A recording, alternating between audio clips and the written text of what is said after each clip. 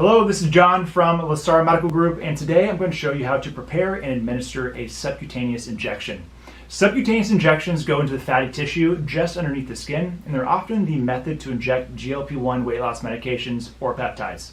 Now, to prep your injection, make sure you're working with a clean environment, and then begin to clean the top of your vial. You use an alcohol swab or prep pad to scrub and clean the top of the vial. Next, you can prep the injection using your insulin syringe. Remove the safety caps. You'll then draw the plunger back and fill it with air all the way to what your prescribed dose is.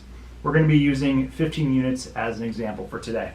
From here, you can push the needle into the rubber plunger, rotate it upside down, and press the air into the vial.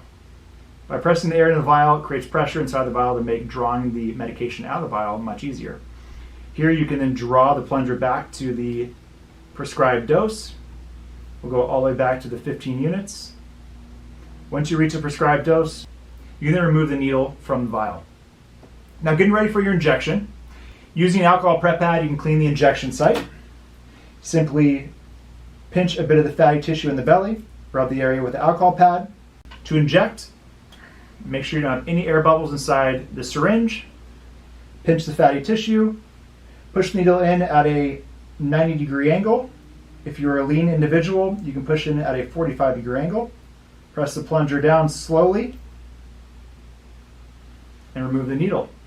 Now, to safely recap the needle, which these are one-time use, leave the cap on the table, scoop the cap up with the needle. And that way you can avoid stabbing your finger when you're putting the cap back on. Let us know if you have any questions about doing your subcutaneous injection in the comfort of your home.